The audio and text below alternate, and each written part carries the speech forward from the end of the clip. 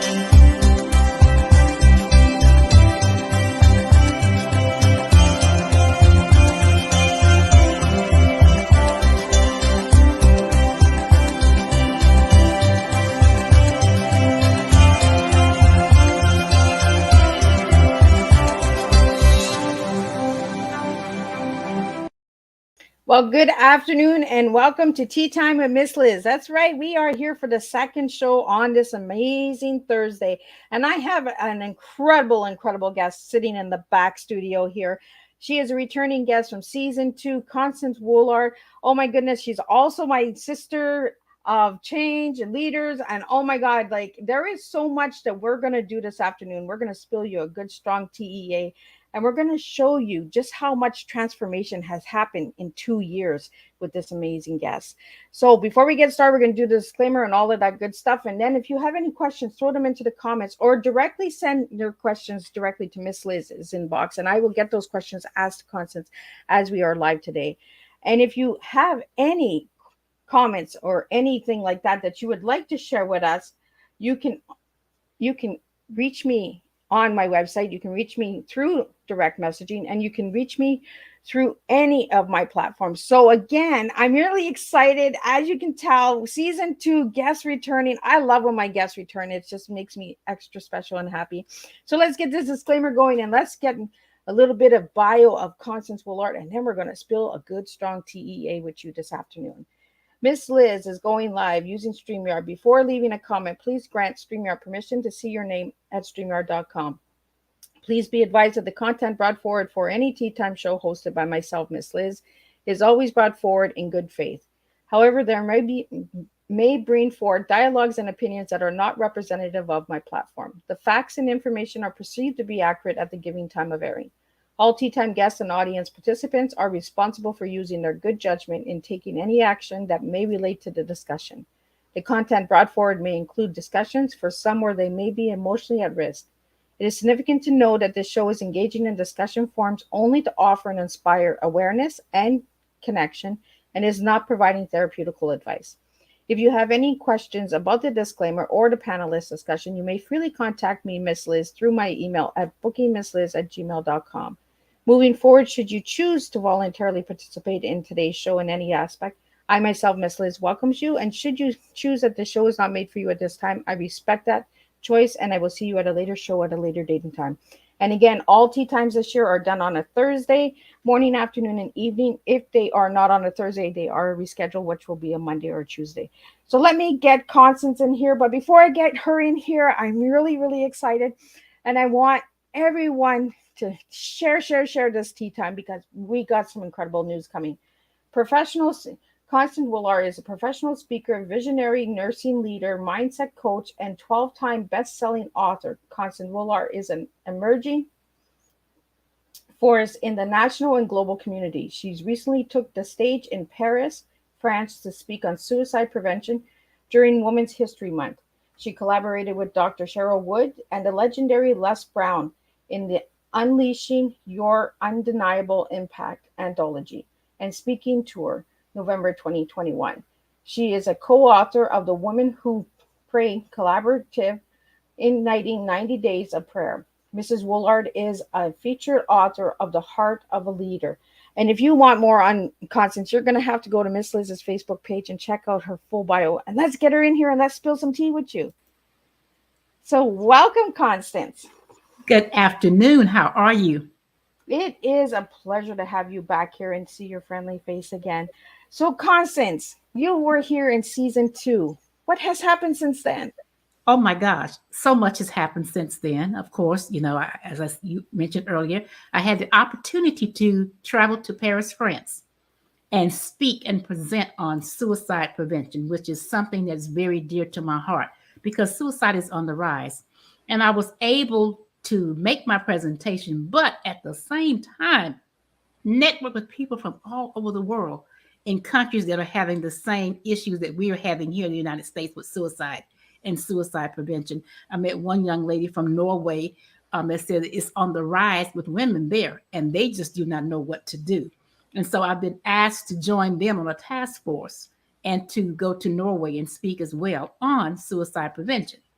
Now, after being a part of so many anthologies, so many best-selling anthologies, my proudest one, of course, was my collaboration with Les Brown. But then I decided, it's time. It is time for you to launch your own visionary project. And so I did. The Invisible Soul. I have 12 wonderful collaborating authors that joined me, Miss Liz being one, and I thank you so much. But each one, they have joined this collaboration, and they're telling their story of a time in their life when they felt invisible, overlooked, unimportant. And so I wanted to get that out there and to share that story. And of course, this was inspired by my time in my life when I felt invisible. And so much has been going on since season 2. So, Constance, we have a question here. How did you get the title Invisible Soul? I got the title because my whole vision with this project was I tell about a time with my struggle with childhood obesity. And during that time, for 47 years of my life, I struggled with obesity. And during that time, especially in my younger years, I felt invisible. Even though I was the largest thing in the room, I was overlooked. I was ignored. And so I felt invisible. I felt isolated. I was pretty much my own best friend. And my food was my comfort and my entertainment. And so that's what inspired me.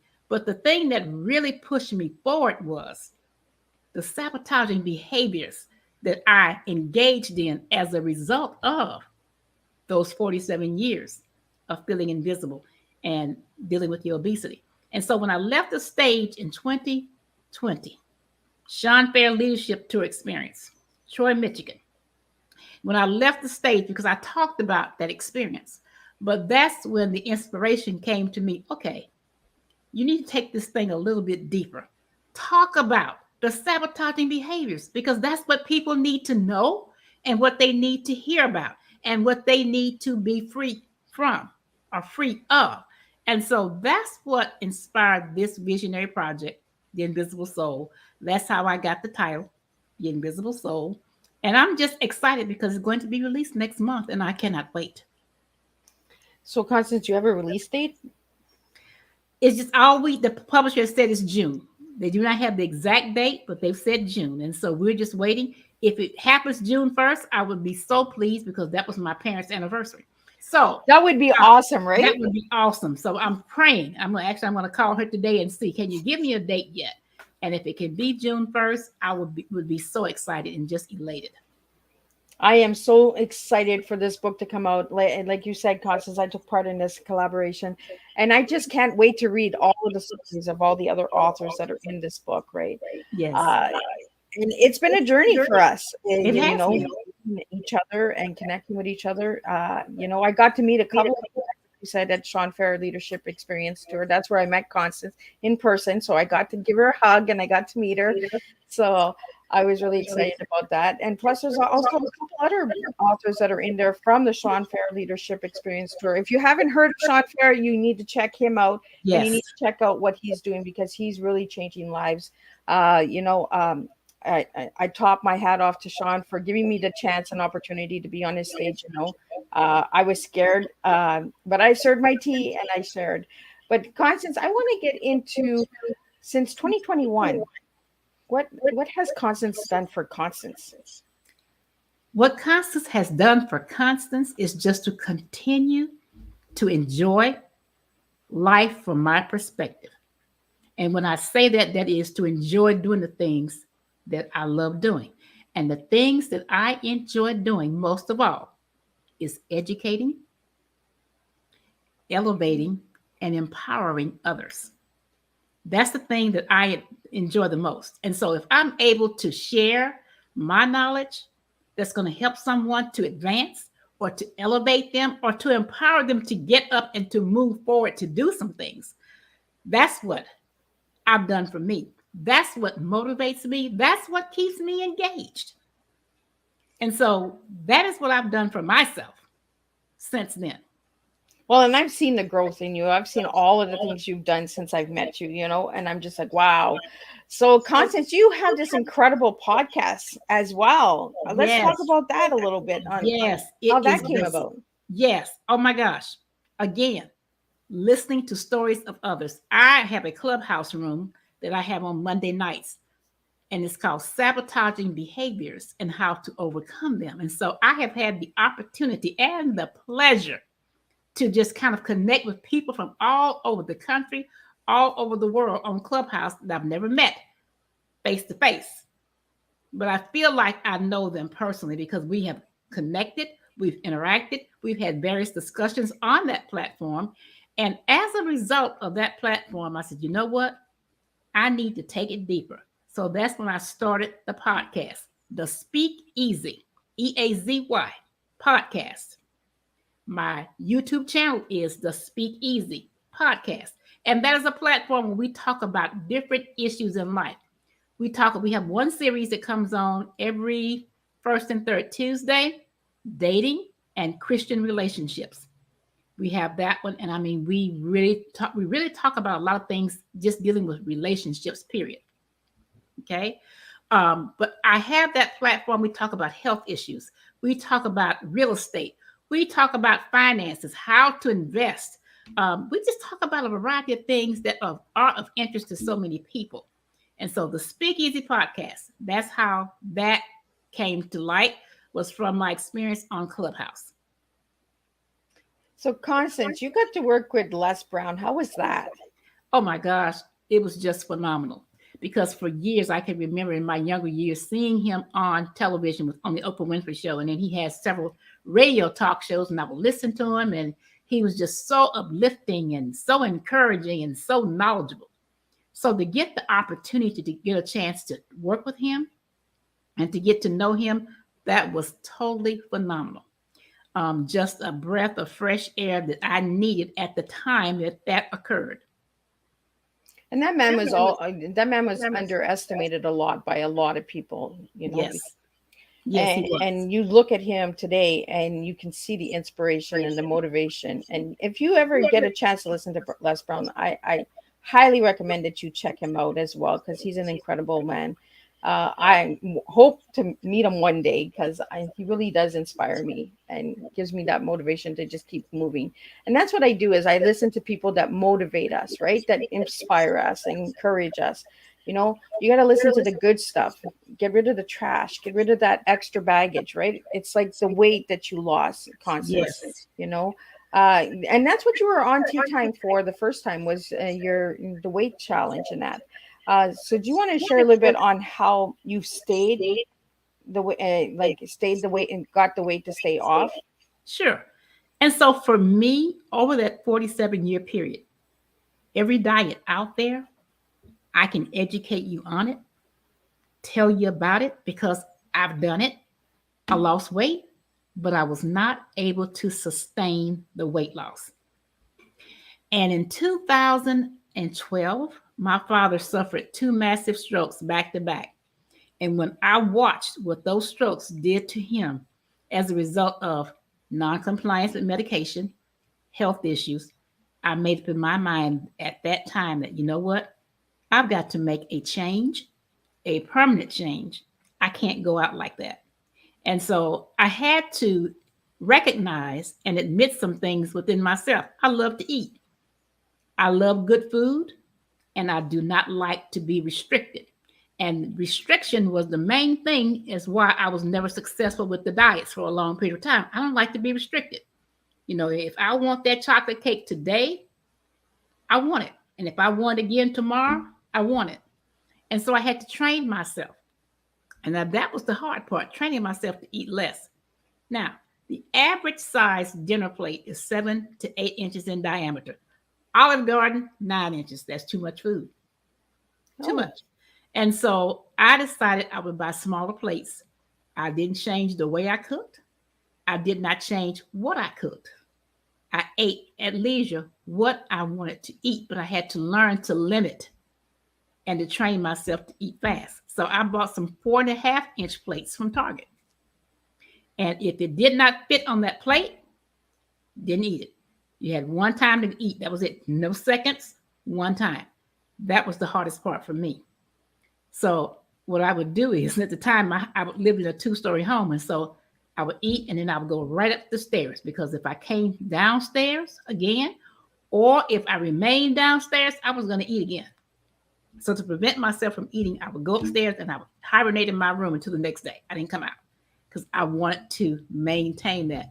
But after about 4 to 6 months, it became habit. It became a routine. And so now it doesn't bother me. And so I can proudly say 13 years later, okay, I have gotten the weight off and it has remained off. Now, one thing that I realized when I first started doing this, my son was probably like, probably 11, 12 at the time. And he watched what I was doing and he said, "Mama, what are you doing?" And so I explained to him, I was trying to manage my weight for health reasons. I said, because I need to be here for you. I said, so I'm doing this for health reasons so I can have longevity to be here to take care of you. And he said, you know what? I'm going to go ahead and I'm going to join with you. And for the first time, it became apparent to me that I had been teaching him all of my bad eating habits from over the years. Oh, it never dawned on me. right. We never think that our children are watching and repeating, right? Yes. And when he said that, I was like, oh my gosh, I have been teaching him all of my bad habits. And so he did. He went on the diet with me and he lost weight as well. And he has maintained his weight.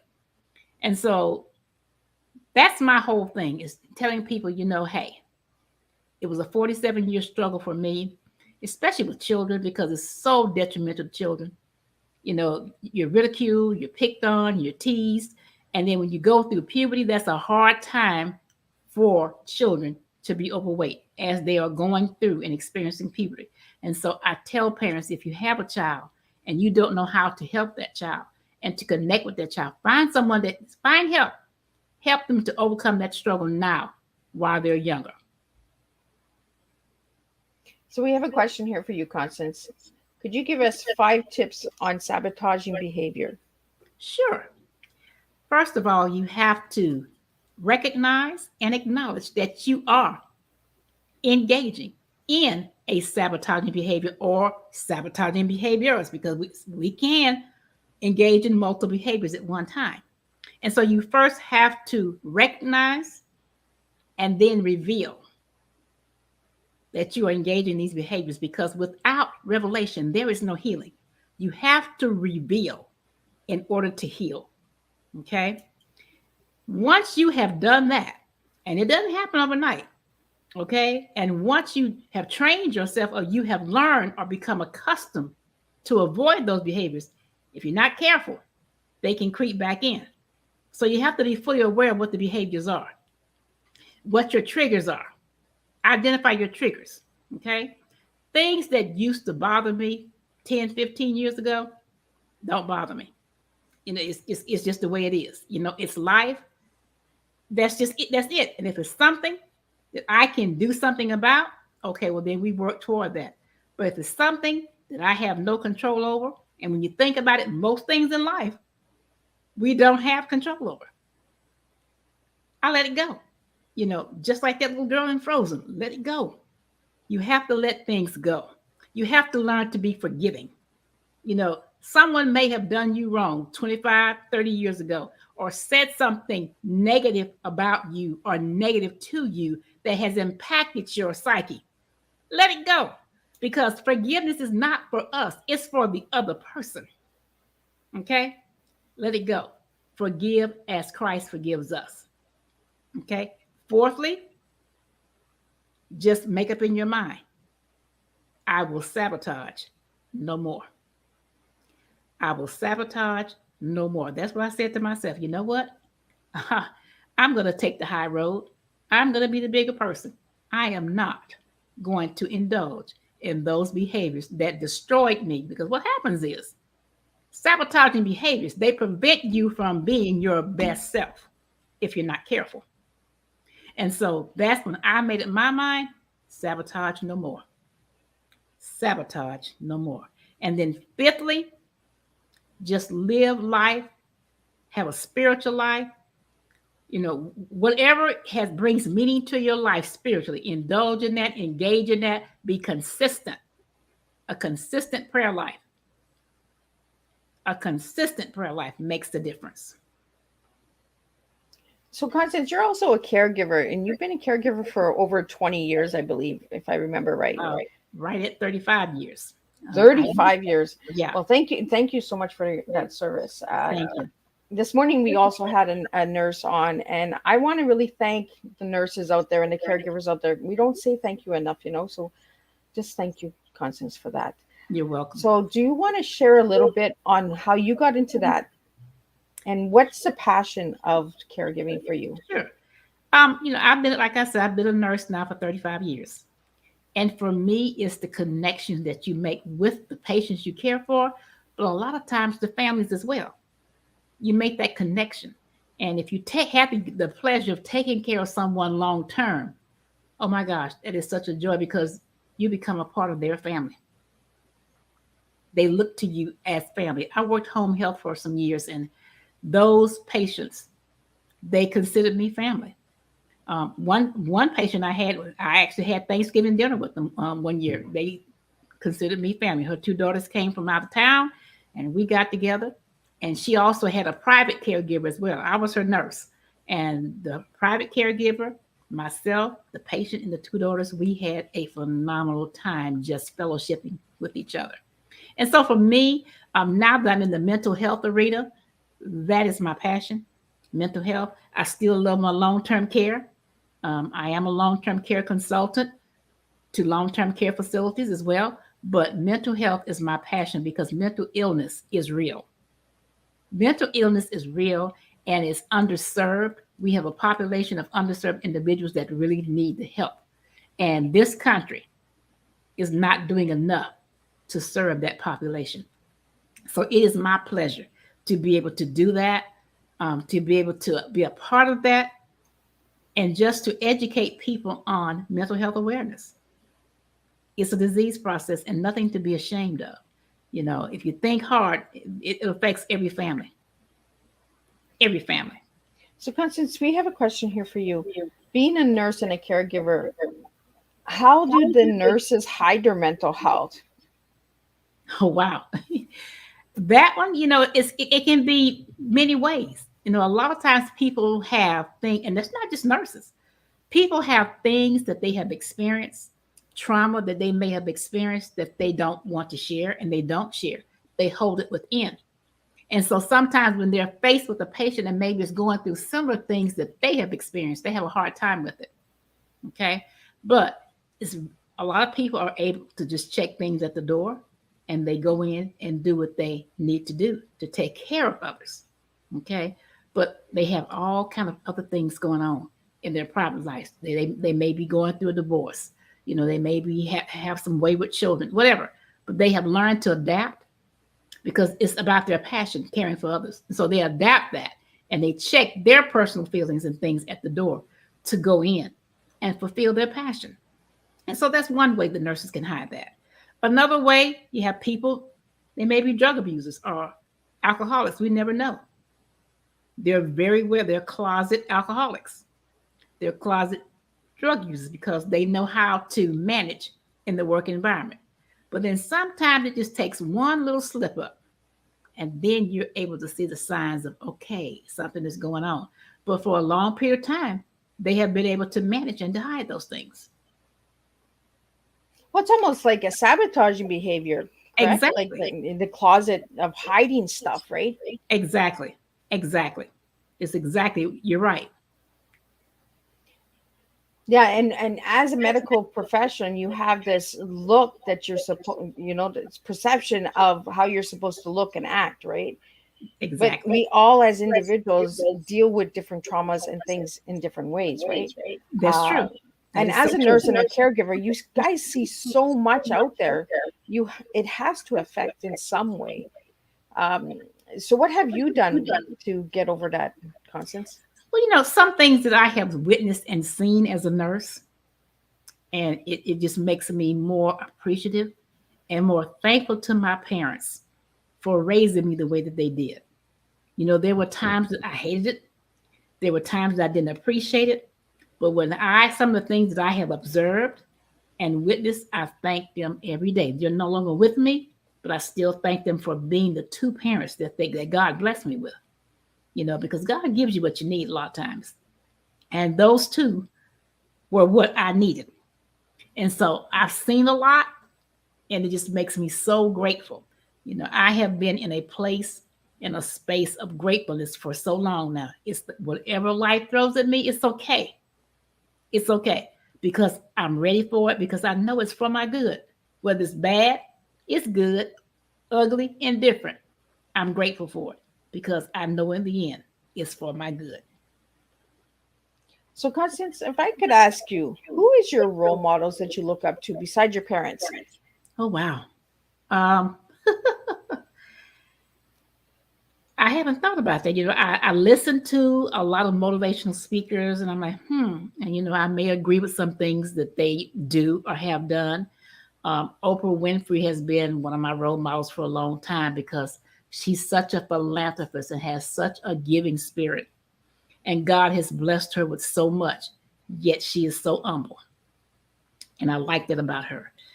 She's always striving to help the underserved and to do things to empower and to elevate and to educate others. And so I could say maybe Oprah is one of mine.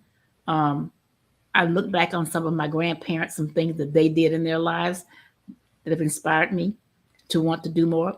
My grandmother was an educator for 43 years, and just her interaction with children in the community and the respect that she gained from the community of those kids that she educated has made a difference in my life as far as being an educator.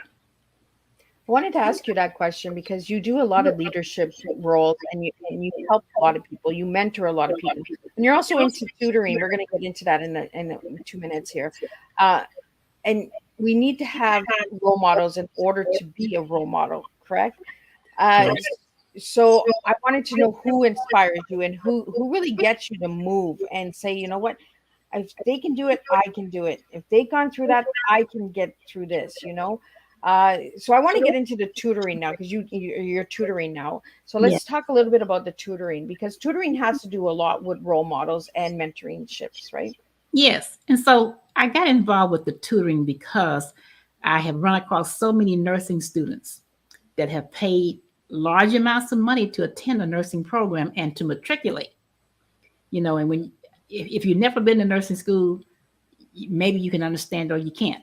But when you're in nursing school, you give up your time, your talent, and your money. I think back when I was in school, the number of family functions that I missed because I couldn't go. I had to study. And nursing school can and is a very humbling experience. And so when I start interacting with students who can't pass these tests, and I'm like, something is wrong. Something is wrong. Now, a gift that I have, a God-given gift, is I'm a very good test taker. I'm just a good test taker. So what I'm doing now with this tutoring is I am showing people how to be successful on the test. It's not really that much about the content. It's the game, because there is a game to testing and the strategy. And so that's what I'm working with students on now, is how to look at the question and to make sure that you understand what is being asked of you or what is expected of you. And so I teach test taking strategy. I look at question analysis and interpretation. I look at key words and helping them to understand those words. I look at analogies, how to determine what the question is asking you, because some words mean the same depending on how they're being used. And so that is what I do with my tutoring. I'm tutoring now for the NCLEX exam for nurses who are seeking licensure. I'm also tutoring students who want to take the pharmacy school admissions test and the medical school admissions test, because I'm very good at math and reading, and critical reasoning and deductive thinking. So that's what I'm doing now. I got involved in that back in October of last year, and that's what I do in what spare time I have left. Because you're doing so much out there, you know, and it all does take time to do all of this stuff. It does. And I just wonder sometimes why I look up sometimes and I'm like, wow, the day is gone, you know, because I still work an 8-hour job. And sometimes some days, like today, Thursdays are my long day because I have sites on the West Coast. And so they're 2-3 hours behind. And so it's late here, but I'm still dealing with them working. But that's okay, because that's what engages me. It keeps me engaged. Being able to reach out and to serve and to educate and to make those connections with other individuals. That's what keeps me engaged. Well, I think it's really deeply important what you're doing too, because you're tutoring and you're giving that encouragement to the nurses, right? Because like this morning we were talking about, people don't understand how much is behind a nurse, you know, all the jobs that a nurse, and like my guest this morning said, she said, you know, it's not just bringing a pill to you and giving you a shower. There's so much more that's being done, you know. So, Constance, what has nursing taught you? Oh, wow. Nursing has taught me several things. It's taught me again to be more in tune to my health and to be more accountable to myself related to my health. Okay. It's taught me to be a better educator as far as educating others on how to maintain health and to take care of themselves. It's taught me just to appreciate life itself. Yeah. I've met so many wonderful people in my years as a nurse, and I've made so many connections, great connections by being a nurse. So it's really given me an expanded family. I'm an only child and I don't have siblings, but I have so many play nieces and god nieces as a result of being a nurse, people who I've met over the years and made those connections. And so nursing has just been a lot for me.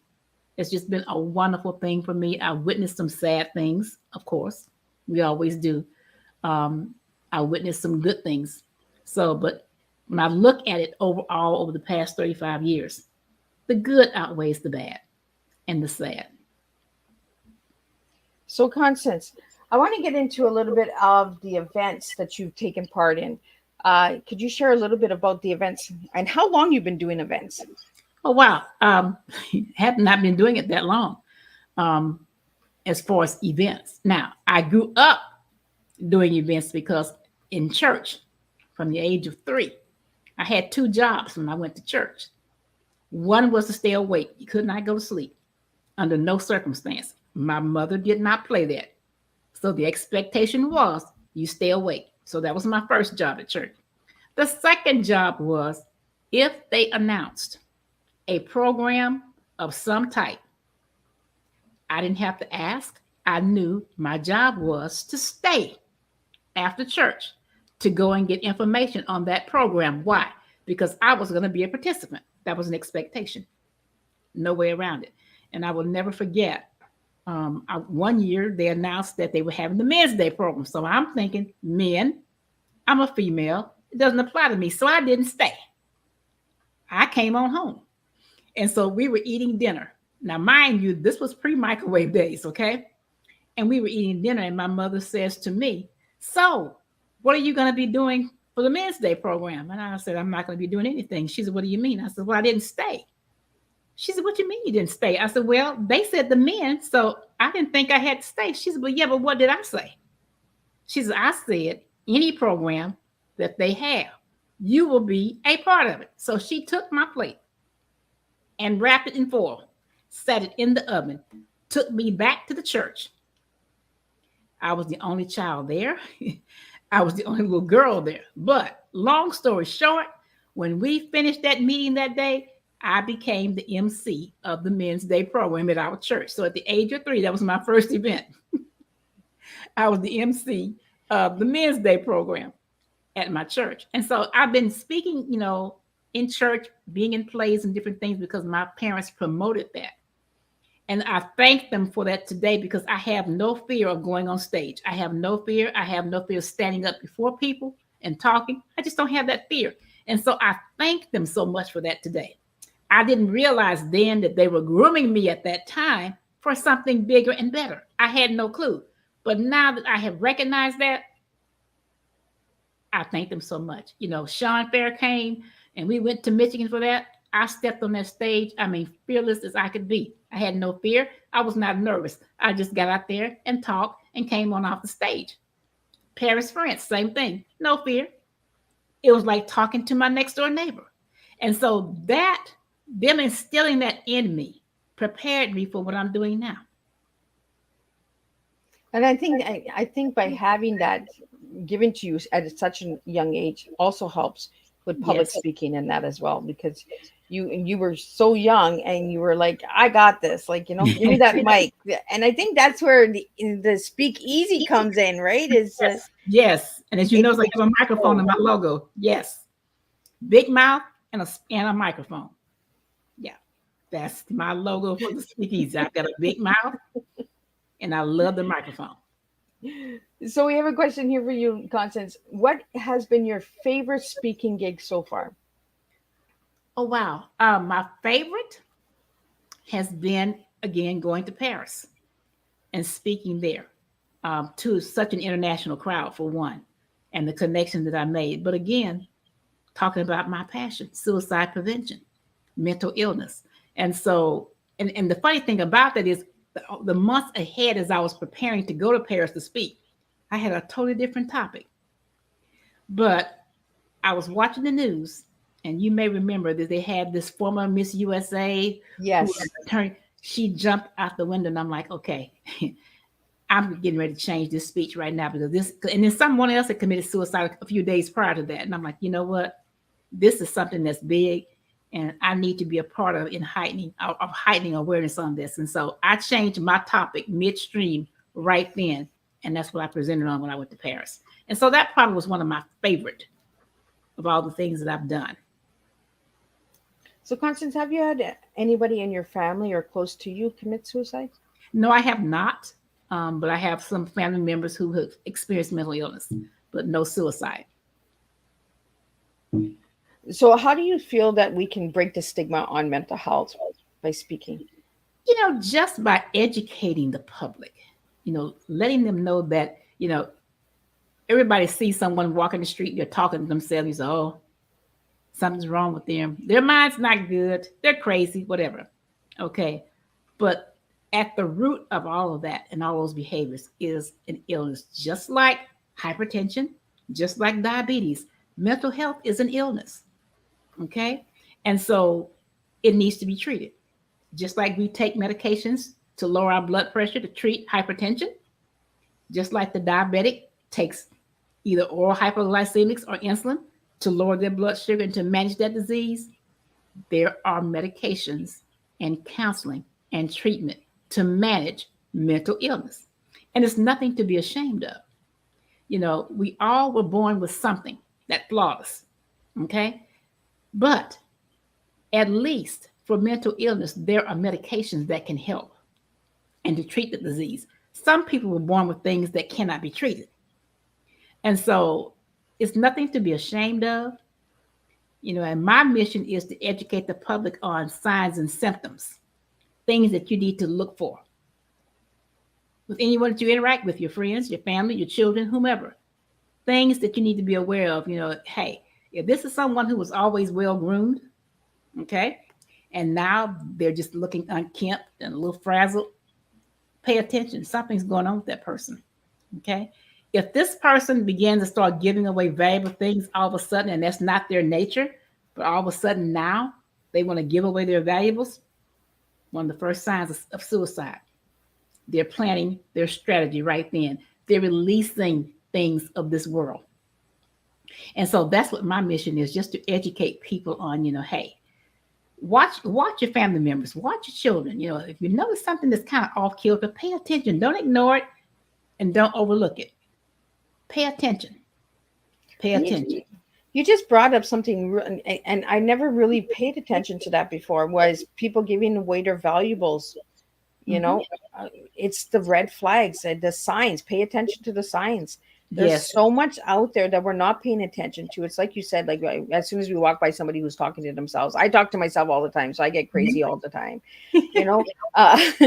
but we need to really start paying attention to the little details, and start really opening up that conversation and having that open dialogue.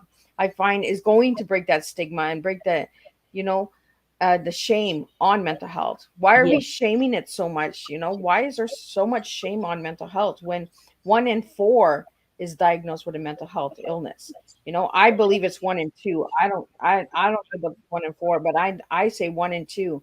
Yeah, I agree. And people tend to be afraid of individuals with mental illness. The company that I work for now, presently, we provide mental health services and competency restoration in prison environments. Okay. Oh. And so people ask me, well, aren't you afraid, something's gonna, no, I'm not. Because guess what? Just like me, they are someone's brother, sister, daughter, friend. They have loved ones that care about them as well. And so they're individuals just like me. So my thing is, I respect them in spite of what they may have done. One of my sites is like a forensic hospital. And so we have people that may have killed their whole family that morning, and lunchtime, they're with us because they're not competent to stand trial. So they come to us to restore competency. Sometimes they're restored, sometimes they're not. But again, regardless of what has happened, okay, and like I tell people all the time, the only difference between them and us is, unfortunately, they got caught. Exactly.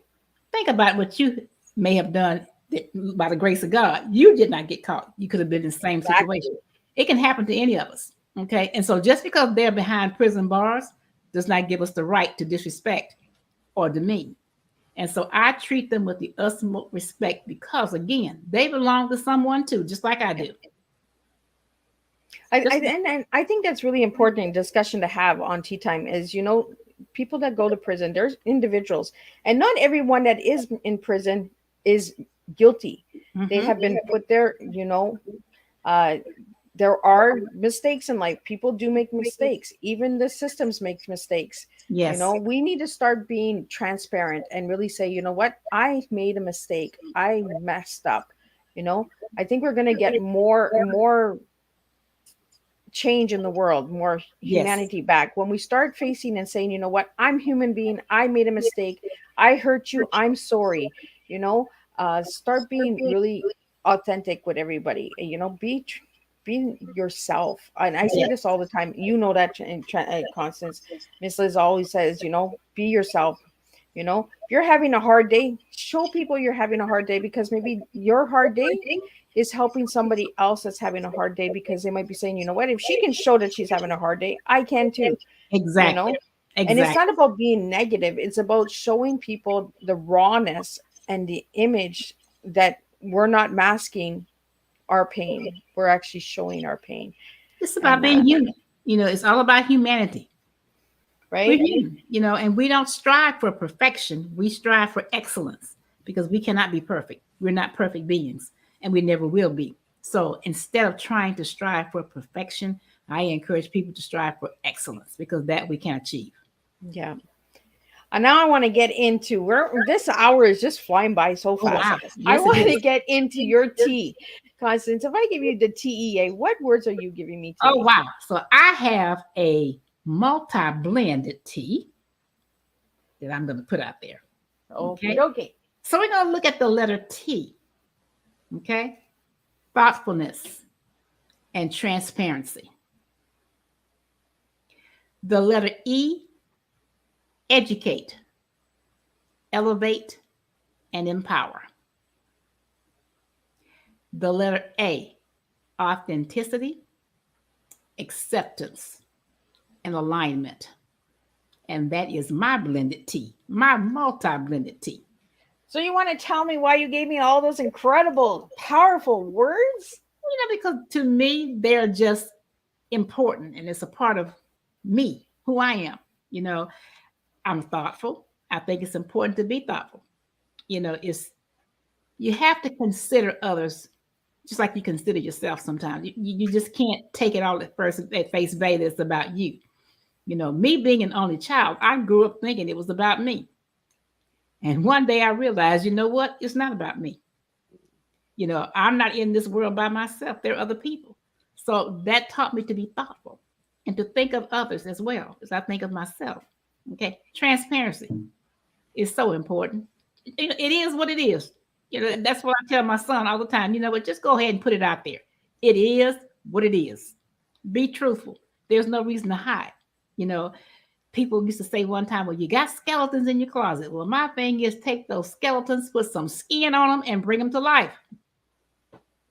Make those babies dance. There you go. There you go. And then as far as the E's, that's my mantra. Educate, elevate, and empower. Okay. And then the A with the authenticity and acceptance. Accept people at face value. Meet them where they are. Okay. Someone met me where I was one day. Okay. And so meet people where they are. Deal with them at their level. Okay. And then alignment. When you do all these things, everything in life and nature aligns. I really like that word alignment because it really brings you to the right dots, right? Yes. We're all dots in the universe. And yes. When we align with the right dots, we make a beautiful masterpiece. We actually create a beautiful flow. Just like this incredible book that is coming out. I'm so super excited about The Invisible Soul. And I mean, like, you got to go and grab a copy when it comes out, like, because there's so many incredible authors in that book. Yes. And I'm not trying to toot my horn, but Miss Liz is in there and I'm the ugly duckling drinking the tea. So you want to read that story. Constance, what is your chapter based on? Hidden Treasure is the title of my chapter.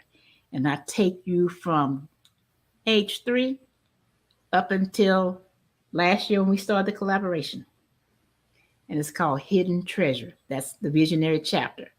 And one thing I want to say is once the book is released, I'm planning some book signing tours.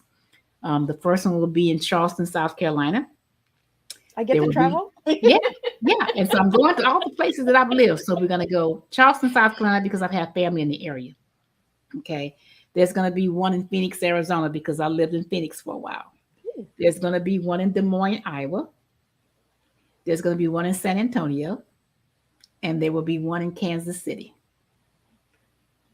So stay tuned. Stay tuned. There's some good news coming, guys. Yes. And who knows? Maybe we'll do tea time in all of those different states. Hey, that would be wonderful. No, we're getting things planned right now. I called all of my friends in these areas. I'm like, okay, my book is coming out. I need you guys to find a venue and the plan to help me plan this book signing. Okay. And so I've got my friends working on it and we're going to make it happen. And I think it's really important to bring back that home style, right? Like you said, you're going back to all the places. So it kind of brings them on the journey of your story as well. Yes. Not only read my chapter and my story, but travel with me to these locations, and anybody that's impacted with your chapter, Constance, they can say, you know what, where's the next road trip we're going to? Like, where are we going? Where's the dots? Right? Get people really excited about just hearing those stories and meeting all of us, Yeah, I'm on board for traveling. I could use a good trip. Okay. And I think it would be awesome to see you again in person. I haven't seen you in a couple of years, so it really is amazing to see you again. But I want to ask you a couple more questions, and then we have a couple comments here that are coming in that are saying, Constance, way to go, Rocket Girl. Thank you. Paris, wow. We got And I want to get into the one word that describes you as an individual. You gave me the word visionary. Why visionary? Because I always look to the future and what the future will bring. How will I be more advanced as time goes on? And so, how much more matured will I be and refined as a woman, as a leader, as a friend? That's why I said I'm a visionary. I look to the future and things to come. And that's why I put those glasses in your video, because Constance has these amazing glasses all the time. If anybody knows Constance, pay attention to her jewelry and her glasses. I swear she has the best dress. Like, she's top notch. I'm always like, oh my goodness, where did you get that? How did you get, like, this necklace that you have on is really gorgeous today. Thank you. And your glasses are amazing once again. So I want to get into your favorite color. You gave me red. Why red? Red is bold, it's powerful, and it's highly visible and noticeable. And so that's why I like red. It also represents fierceness. Okay. And so that's why red is my favorite color. I think red is really, really, the cover of the book is red as well. Exactly. You're absolutely right. Yeah. Pay attention, Miss Liz. Miss Liz. Yeah. So, Constance, we've hit on your tutoring, nursing, events, speaking, podcasts, and some updates. What else do you have for us before we wrap up? I love to cook. I have a small catering service here in Montgomery, Alabama that I do. Small venues, baking, and things. I love to bake. I love to cook. And so I do a lot of baking and small catering gigs. Cooking is my passion as well. I would have never knew that. Yeah. See, there's always something that I'm learning about you, Constance. So what is your favorite meal? My favorite meal, I love pastas, but my favorite thing I like to prepare is gumbo, because it brings back so many memories of me growing up. Because whenever my mom made gumbo, she started me off small by cleaning the seafood, of course, that was my job, and then chopping the ingredients to go in the gumbo. But as we did that, it was a lot of work and a lot of time, but that was our one-on-one time. She and I, we talked about things, and she shared things with me that she endured and things that happened in the family or whatever, and just different things. She just told different stories, how she and my dad met, and all these things. And so that was our time to talk about things and to just really have some good, candid talks. And so that's why gumbo is so important to me. And then another thing about gumbo, why it's my favorite to prepare, is because as I learned to begin to prepare it and the order of how things happen with it, that taught me that everything in life, there's a process. There's a process to it. And you have to follow the process, because if I didn't follow the process of gumbo making, or if I still don't, I'm going to mess it up. It's a process, and you have to follow the process and trust the process as you're following it. And then also, too, it reminds me of team building as a leader. Everybody's diverse and has different ideas and different talents. But if you take time and you collaborate and you blend those talents, you have a wonderful team. Same thing with gumbo. The ingredients have their own uniqueness, but combine them, you make a wonderful pot of gumbo. And so gumbo is my favorite. And gumbo is like a bunch of stuff that's mixed together. Yes, okra, tomatoes, onions, bell pepper, celery, shrimp, crab. You got it there. And so each one of those items have their own unique taste, but when you blend them, it's the blending, the sharing, and that collaboration of those different things that make the gumbo what it is. And that's like with team building. When you take those diverse talents and put them together, and they work together cohesively as a team, you have an awesome team. So we have a question here for you, Constance. What does team mean to you? Okay. I'm going to tell you two things about team. You've heard the saying that there is no I in team. I heard that over and over again. But Shaquille O'Neal had made a statement about a conversation that he and Kobe Bryant had after one of their games. And, he was telling him, the message he was trying to deliver or to get to Kobe was, you don't have to be everything to everybody all the time. And he said to Kobe, there is no I in team. And Kobe's response to him is, yeah, but there's an M and an E, me. And so for me, that ME means, what is my responsibility and my accountability to my team? You know, how am I interacting with my team? Am I delivering as I should? Am I developing as I should? Am I receiving as I should? Because sometimes as a leader, we don't receive well. Sometimes we need to sit back and follow sometimes as a leader. And so that's what team means to me. But again, it's just the blending of talents, the collaboration, the sharing, and at the end of the day, agreeing to disagree to move the team forward. I never ever thought of it that way, you know, with the M and the E. Mm-hmm. You know, team has me a part of it. Mm-hmm. You know, without me, we don't have a team because we have one individual, right? Yes. So it's almost like building the letters, like a block, just reversing the letters and playing with the letters, you know. You just open like my whole creative mindset here. I'm just like, oh my goodness, I'm going to take this thought and move it over here. And, you know, so any final words that you have for the listeners out there today, Constance? Sure. For anyone out there who may be in a place of stuck, maybe you just feel like you're just stuck and your life is not going anyplace, I'm here to tell you that make a conscious decision that that's what you want, for your life to move ahead and for you to excel. It can be done. We all have been blessed with our own unique talents. God gave us all the tools that we need and that are necessary for us to be successful. So just think within yourself, you know, what am I good at? What do I enjoy doing? And take it from there and trust the process. So make yourself a good pot of gumbo. There you go. That's what I get from progress is build a gumbo, you know, and that's just what we need. We need each other in order to make it a good, strong pot. And it's like you said, flavors and blends. And that's what we do at Tea Time is we put the flavors and blends together and we serve a different type of tea here on Tea Time. We don't serve the beverage. We serve personal stories and overcoming and updates, like incredible updates. So Constance, you have any other plans besides The Invisible Soul coming out? Well, after The Invisible Soul has been released, I have a second anthology. It's called Prayer and Purposeful Praise. And that's going to be coming out. And I'm looking for individuals, you know, I'm looking for worship leaders, pastors, preachers, teachers, anybody who's just spiritual and loves the Lord to come and join in this anthology. We're going to be preparing this, and I want to be a lifetime resource with a concordance for references, scriptures, prayers. If that person wants to look for a prayer related to stress, they will look in the concordance and be able to find that.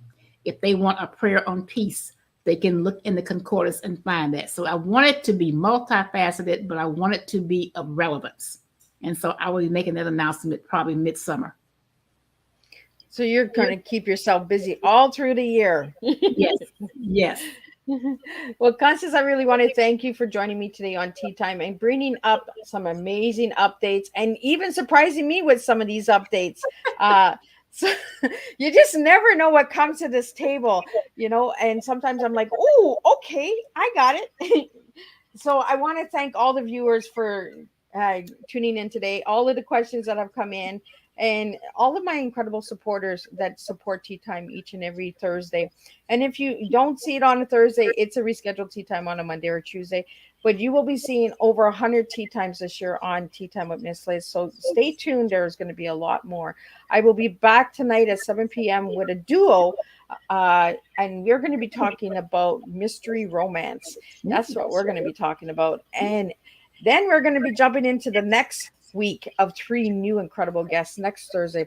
So always stay tuned. And if you'd like to know more, you can reach Miss Liz on any platform or check out the website, www.misslizsteatimes.com. And again, Constance, thank you so much for coming and giving me this incredible update. I can't wait. Once you get that date, let me know. I'm going to push. And I'm going to get that ugly duckling out there so everyone can see Yes. the invisible soul. Yes. Again, thank you so much, Constance. And I will talk to you soon. Thank you for having me, and it's been a pleasure.